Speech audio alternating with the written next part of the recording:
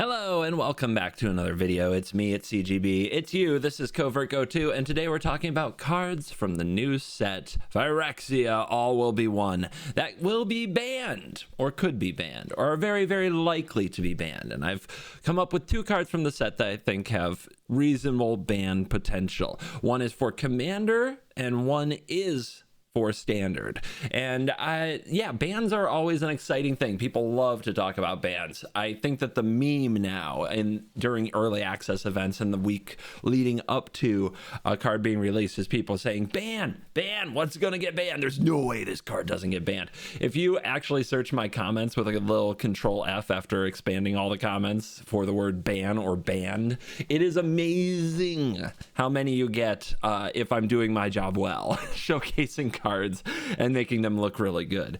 So what will actually be banned though? What do I think will be banned? This is something that I get asked all the time in the days leading up to a set release, and I've got two answers for you. Let's kick it off with the one for Commander. Elesh Norn, Mother of Machines. Now, in Standard, in Modern, in the 60 card formats, unless a Yorian's involved, we're talking about Elesh Norn, Mother of Machines as it's a fine card. It probably, in Standard specifically, will take up a few sideboard spots and a one of, maybe a two of in certain decks. If there's a whole deck built around this card, I'll be surprised. But the fact is that it's pretty easy to remove. And it's also very easy to end the game long before turn 5 when Elesh Norn comes down, or even if it's ramped into turn 4. If this were 4 mana in Standard with a few stats adjustments, it would still probably have a hard time getting its triggers off.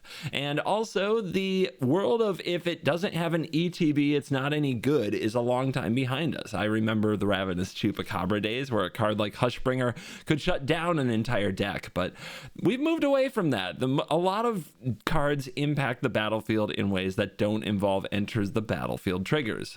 If there were a Hushbringer in Standard right now, it's not even clear how much it would actually be used. So yeah, I don't think Elesh Norn has legs in Standard of any particularly powerful length. It's definitely a playable card, but not a broken card. And of course, in Pioneer, Modern, and formats like that, it has an even harder time making an impact. But in Commander, there is a problem with this card. It is a huge problem. And it's not just that you're not letting Commander players do what they want to do. No, it's the fact that as a Commander, this card is so good with what White has become. White's powerful avenue to card advantage has become the Blink strategy. White didn't have an identity 2 or 3 years ago. Now White is Blink. And if White is Blink, this is the only Commander that's good, in that if you're using Blink and ETB cards of any kind. And in Commander, this is a really big deal. Now, you can build other decks. You can build, equipment decks, and there are various ways to play White, but I mean, it's kind of wild that any Commander and any deck that uses a lot of ETB stuff should probably play Elesh Norn. In the most recent episode of Covert Go Crew, my Elesh Norn in my Atraxa deck, my 4-color deck, ended up making a huge difference in the game, because when it goes up against the Elesh Norn player's mono-white Elesh Norn deck, it completely shuts it down. It's absolutely wild how just about any deck should probably consider and probably have an Elesh Norn, Mother of Machines.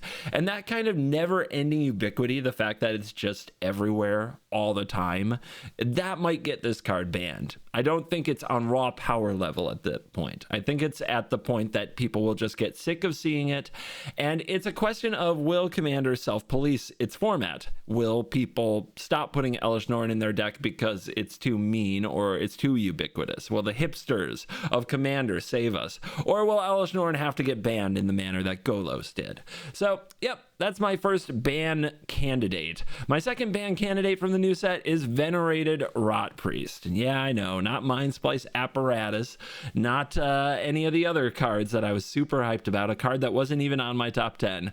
But once you actually try to play against this card, you realize the problem. The problem is that once this card is targeted, that toxic trigger is on the stack. You are getting a poison counter, and you can fight the fight on the stack all that you want to, but in many ways you are already dead if this card resolves. And the only way to actually keep yourself from risking that poison counter in a deck full of ways to target the Rot Priest, or if you need to target the Rot Priest yourself with a removal spell, is with a counter spell. Also, a board wipe probably won't save you. Let me explain, because I got a million comments on this moment in that video, people telling me that I was an absolute fool for not taking the farewell. And the situation, if you haven't seen this video, we'll go ahead and comment on it. This is the board state going into that memory deluge. It doesn't change by the time that I cast it. I'm not worried about dying to combat. I'm not worried about dying to Ledger Shredder. I'm worried about the 9 poison counters that I have. And if they find another Rot Priest, that is really the only thing I'm afraid of. I think I can manage the Ledger Shredder. I think I can manage any creatures that deal damage. I think I can manage anything except an actual Rot Priest. I'm not afraid of getting attacked. My ground is looking good.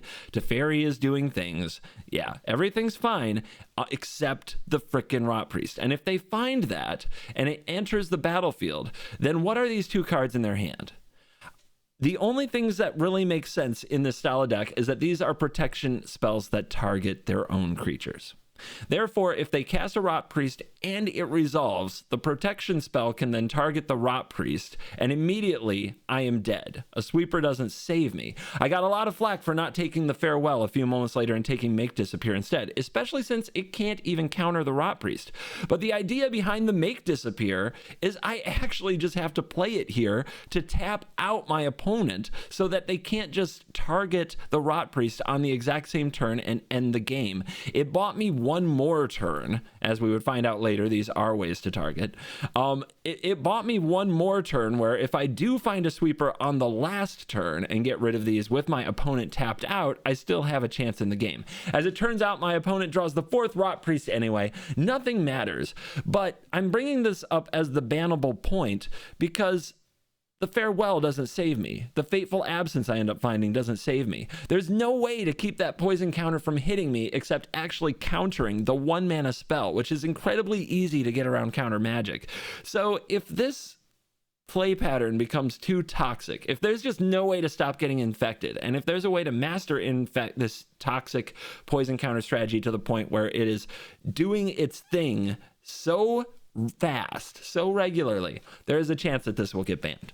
It's kind of like the Aetherworks Marvel thing. Aetherworks Marvel took over a format, and it wasn't particularly good, but it was a potential turn for Ulamog. Now, Wizards said over and over again that Aetherworks Marvel didn't have a great win rate. Like, it had a below 50% win rate, so they weren't going to ban it. They ended up banning it anyway because it was a bad play experience and people wouldn't stop playing it. Degenerate gamblers, because it had the chance of a turn 4 Ulamog. Now, people are going to say that Venerated Rot Priest is only a 4 in the deck, and if they don't draw it, their deck doesn't really function. But if the experience becomes that when they do draw their Rot Priest, it's completely unbeatable, Wizards may have to act. And I think that on its surface, in terms of things that produce play patterns that turn people off, and cards that might be absurdly powerful in specifically a standard format, I think that Venerated Rot Priest is the only card from this set that fits the bill of potentially being banned during its time in standard. Thank you for watching this video. As always, I will see you in the next video. Let me know in the comments, what do you think will get banned? What will get banned? And we'll come back to this when something gets banned and see who the smarties are. You're cool.